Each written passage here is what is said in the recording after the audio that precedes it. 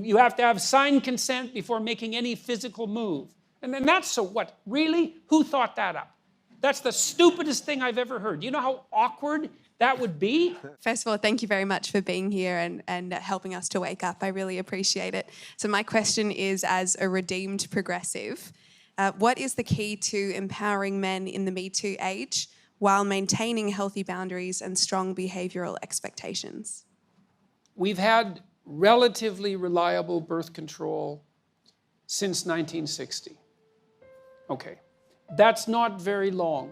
And we underestimate the unbelievable technological triumph of birth control.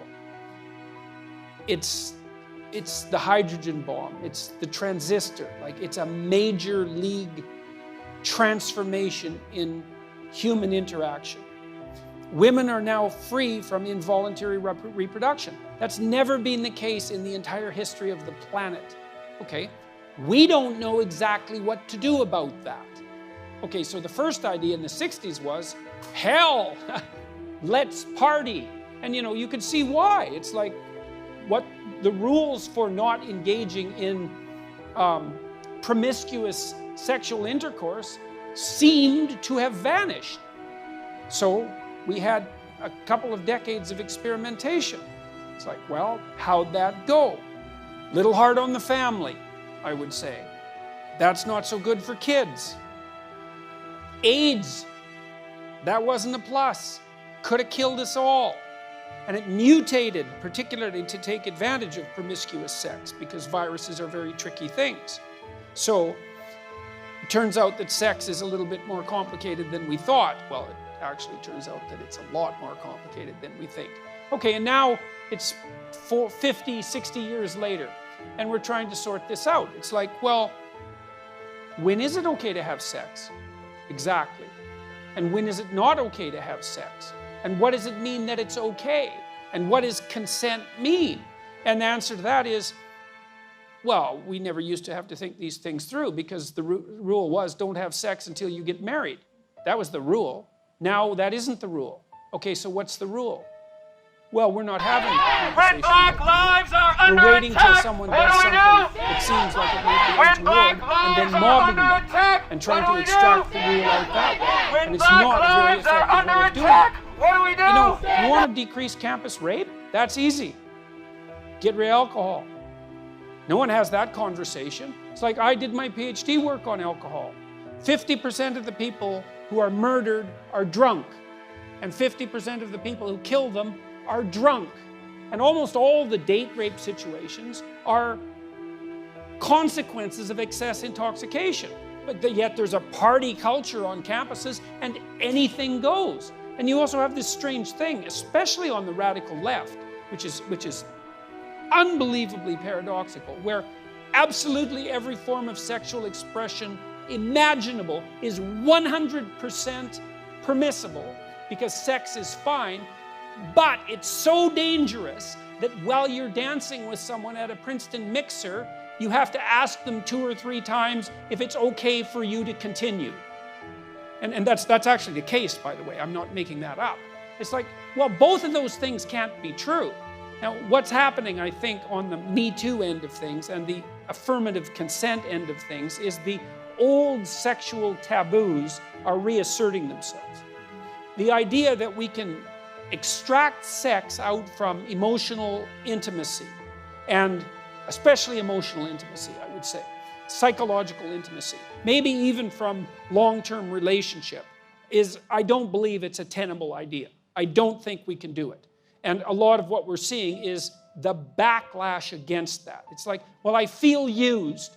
Because one of the things that's happening on the really radical end of the anti-sexual abuse movement is the idea that, well, if you have intercourse with someone and then you regret it the next day, that's evidence that it wasn't consensual. Well, it is, in a sense, evidence that it wasn't consensual, because it's evidence that you didn't bloody well think it through, right? It was good for last night, but it's not good for today. It's not very wise. The question is, well, what constitutes consent? And we need to have a very serious conversation about that. Like, under what circumstances is it acceptable to give consent? But we're not mature enough to have that conversation. We want it both ways. We want to be able to do whatever we want, with whoever we want, whenever we want, with no consequences, and we want there never to be any trouble about consent. It's like, well, no, that's not going to happen. I don't think that sex works very well outside of committed relationships. I don't think there's any evidence that it does. There's a strong proclivity across cultures for the enforcement, social enforcement of long-term monogamy. And there's reasons for that. And I think you deviate from that at your peril. So now, if you want to deviate from that, there's all sorts of reasons to do it. And I can understand why people are interested in adventure and all of that. But, you know, my sense also as a clinician is, you know, you only really get to try out about 5 people in your life. You have to make a decision pretty damn quick. You know, like between 20 and 30, there's a lot of things to get straight, and long-term mate is usually one of them.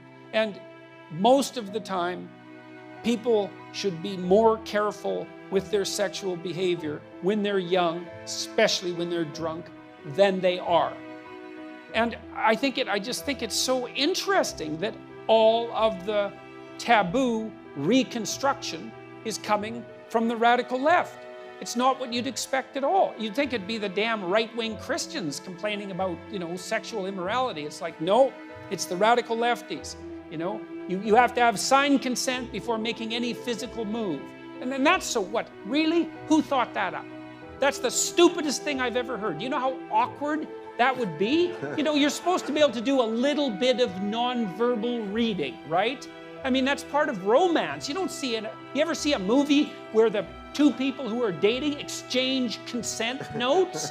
Like, that doesn't happen. So it's an unrealistic solution. But I think the real solution is that despite the fact that we have reliable birth control, we're going to have to relearn what the acceptable rules of propriety are with regards to sexual relationships. One of the things I often tell my young clients is, don't do anything physically with anyone that you wouldn't talk to them about. Because if you're too damn embarrassed to talk about it, well, maybe it's a little premature in the relationship to actually do it. And then there's harm in it. You know, there's emotional harm in it on both parties. There's the cheapening of both parties. So it's going to take us a long time to sort this out. But hopefully we can do it in a serious manner, and it won't be merely a matter of mobbing those who seem to have made an error.